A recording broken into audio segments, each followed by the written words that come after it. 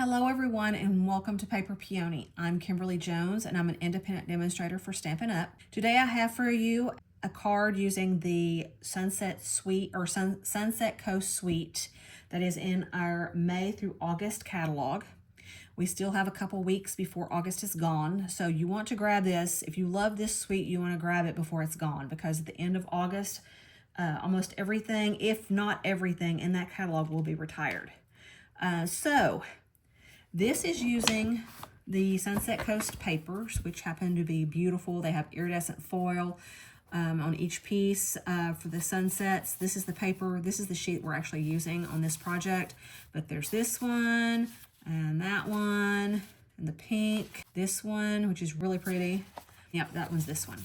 So, and then the back side is just solids. So, solids of the colors that coordinate. And then the stamps that I used, You're an Amazing Friend sentiment from the Fern and Flora, which happens to be down here. So we're going to use that. And then the die, I'm using this one that is out of the Sweet Words and Labels die that goes with the Silly Old Bear suite that's online.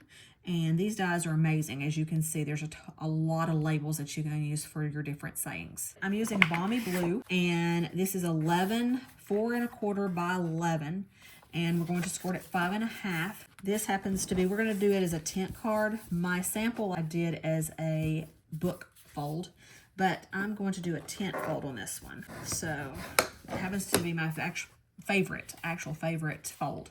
Okay, so we're going to do that, and then what you're going to do is you're going to take a piece that you like, and you're cutting 1-inch squares, and you're going to, it's going to be 1 inch by 1 inch squares. And what you want to make sure that you do is you don't get your scene, that you forget how your scene goes, because if you cut them all and put them in a stack, or you put them in a pile, you're going to forget what the actual layout looks like. Because as you can see, this looks like an ocean scene, and it looks like it's pieced together as if it was one solid sheet of paper. So you want to make sure that you do not misplace your tiles. I call them tiles, they're 1-inch squares. Okay, so I started by cutting, these are 1-inch strips, and here's the bottom, and it's a 1 inch by 1 inch square. And then for the shadow effect, this is that Golden Glow in color shimmer paper I was telling you about in one of my other previous videos. This happens to be the Golden Glow shimmer paper. And so here is the Golden Glow. Okay, so what you're going to do, you're wanting 12 squares on a basic card. And you're going to do 3 across and 4 down. So I'm going to come in with my trimmer, and I'm going to just take this one strip at a time, and I'm going to put this up there, and you're just going to cut 1-inch squares. So you're going to start, and knowing that my strip is 1 inch, put them in the place that they go. So just piece that together 1 inch at a time. And you're going to realize that you may have more than you need for. So the thing is, you're going to want to pick 4 that actually shows off your scene the best. So you're not going to use all of these, but I just go through and cut them and make sure that I have my scene completely like it's supposed to be, and that I'm not missing any accent pieces. So you're going to come in and you're going to cut this 1 inch by 1 inch all the way across, like I'm doing, making sure you have your scene like it's supposed to go. See, as you can see, I'm leaving it on my cutting tool so I don't lose the image. Okay, so we're gonna put that. I want to say that's 1 inch. Yep, 1 inch, and then just keep filtering it all the way down from that first strip of paper that I cut. Okay, and you can't see that in the screen right now. I will show you here in just a second. I wanted you to be able to see what I'm doing rather than what I've already done. So 1 inch. This is the time-consuming part, is cutting the strips and the paper. Other than that, it's actually a very fast card. This is a technique. I want to say it's shadow block. Okay, so I'm going to move this to the side, making sure I get these images or these squares exactly where they need to go. You can also use another of your 6x6 paper to make sure that the image is where it needs to be. Okay, and so I'm happy with that, and I already have those Golden Glow glimmer papers cut for the sake of the video. So then what you're going to do is you're going to pick, like, see, I have these. Let's move this aside. There we go. And you're going to line up your pieces. kind of like a puzzle. And then what you're going to do is you're going to pick the 3x4 that you think makes the best image on your card. So obviously I'm going to take these off and use this bottom part. And let me just see if I can't very carefully move that up forward for you to see. Okay, so now I'm going to come in with my Golden Glow and I'm going to space them out and just put them on here. These should be 1-inch squares as well. You're going to put these on here for spacing, to make sure your spacing is right. Bring these all the way across, like so, okay?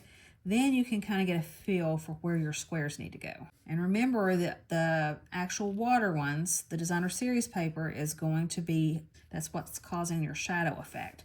So you want to make sure that they're spaced like they need to be, and it's allowing enough room for the others to come on here.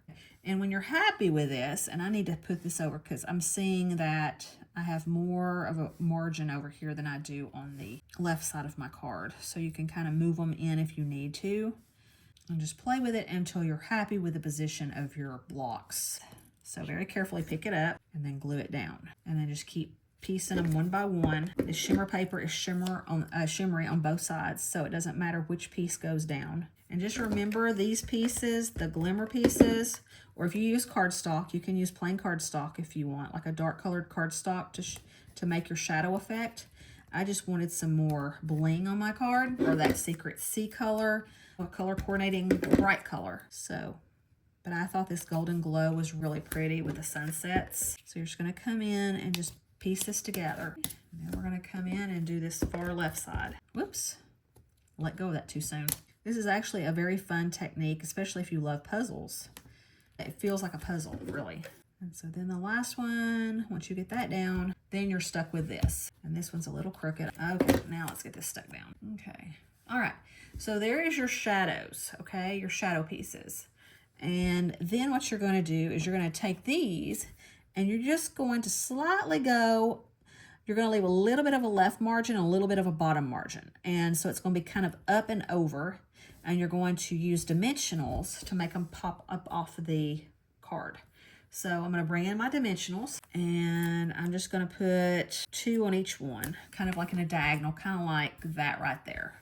That way it's dimensional all through the image. And then you're just gonna come in and put this like so. So you're stuck with just a little bit, and I'm gonna go up instead of across. It's sometimes easier for me to do that. So go up and over like that.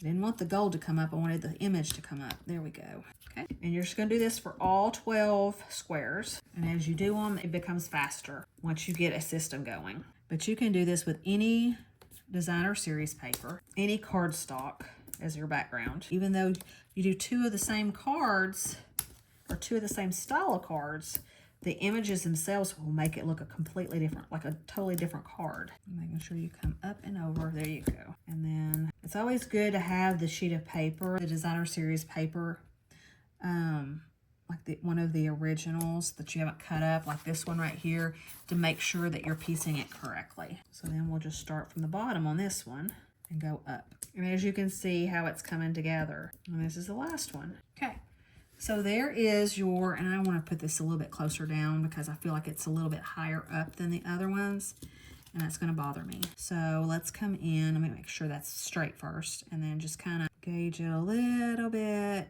Okay, that looks a little better. Okay, so here you have your image.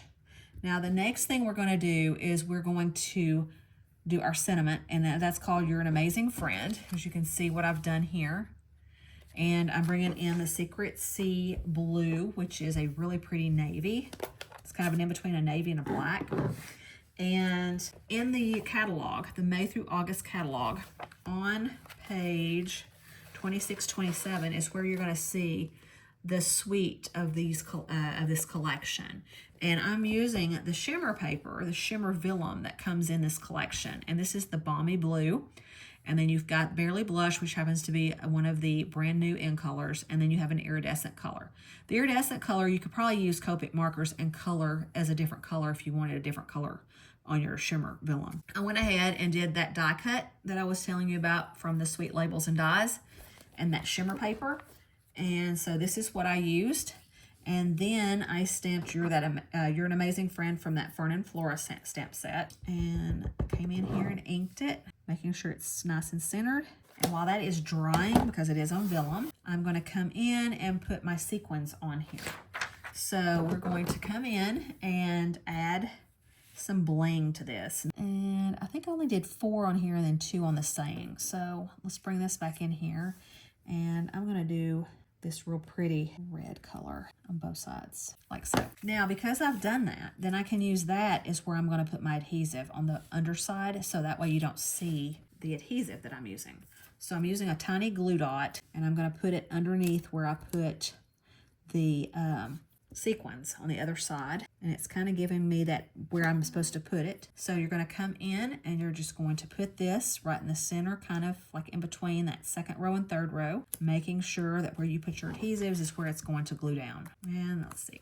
And there is your card. Who would not appreciate that? And then for the inside of this card, what I would do is I would probably come in and do like, you can leave it like the light blue, or you can do a coordinating color, because nowhere on the front is white. So I would do like a light yellow or an orange or a calypso coral for your inside, but it really doesn't need anything else on the inside other than a liner.